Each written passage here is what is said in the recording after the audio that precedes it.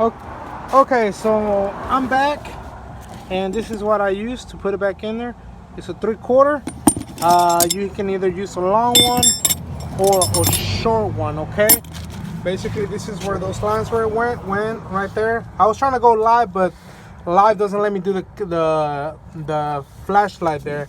And this is where they go, and there, over here. Okay. So how do you know when you did the right thing? Well, if you change the grommet and you flared up the tubing here, you don't have to tie very tight on it, because it's gonna, with the little grommet and this being flare up the way it was, the way I said it, this should be tying up real fast. Okay, you don't want to over torque it too much. And now, how do you know that you did a good job? Well, turn on your truck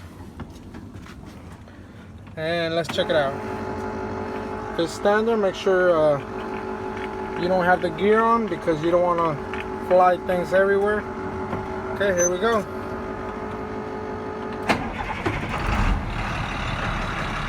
Sharp. Okay, now what you want to do,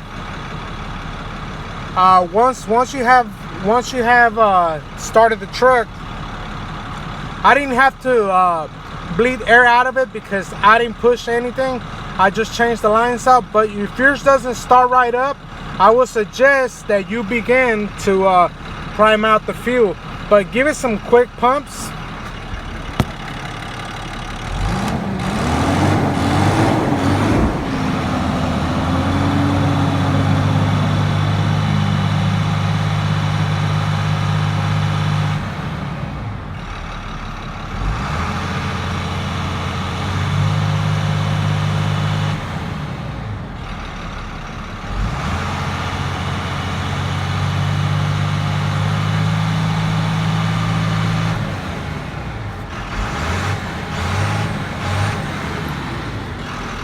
Once you gave it a few pumps, go ahead and come over here.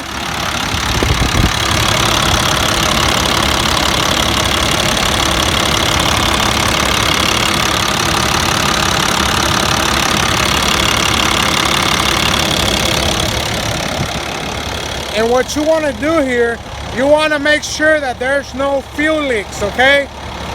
Make sure that there are no fuel leaks. Once again, let's go in there and check it out. Run your hands to the bottom a little bit, but that's normal because it was all wet when I took them off. But you don't want to see any dripping, okay? No dripping. No dripping. Okay, this little bit that I have here is because when I took out the fuel lines, they were leaking. Also, you want to keep a 3/4 inch wrench or a 90mm wrench for the road, in case they do start leaking.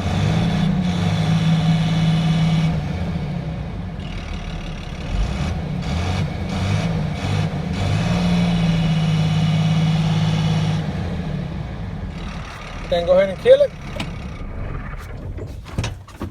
And you pretty much build a lot of pressure already. So go ahead and come over here. Let's see if we can see any obvious leaks. There's no obvious leaks there. There's no obvious leaks there. Okay, that's normal. That's what was on it when I got here. There's no fuel leaks. No fuel leaks there. Let's look under here. No fuel leaks. So yeah, always keep a 3/19, like I said, either a big one or small one. I recommend you have the small one, because if the small one fits a whole lot easier in here, as you can see, versus the big one. The big one will be way over here. Okay, so this is it, part 2.